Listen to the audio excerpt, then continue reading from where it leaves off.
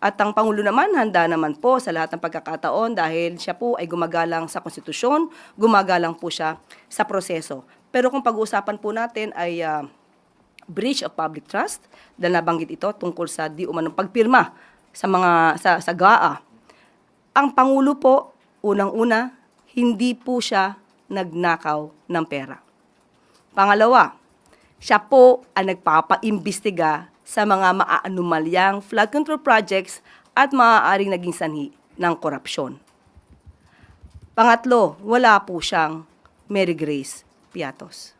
Sa mga supporters po ng Vice Presidente na nagnanais po na magsampa ng impeachment complaint, mas maganda po siguro bago magturo at tumingin sa iba, tulungan muna nila ang idolo nila. Unang-una dahil ang usapin dito, ang impeachment complaint ay hindi ito pang media lamang. Hindi ito panakot lamang. Mas maganda po na masagot ang mga issue dahil sinasabi nila ang paglalabas di umano ng balak ng mga supporter ng mga Duterte na magsampa ng impeachment. Sinasabi ng iba, ito para makaiwas di umano ang Vice Presidente sa mga isyung paglustay at mga di umanong pagtanggap ng pondo, milyong-milyong pondo mula sa mga drug lords. So mas magandang masagot po yan.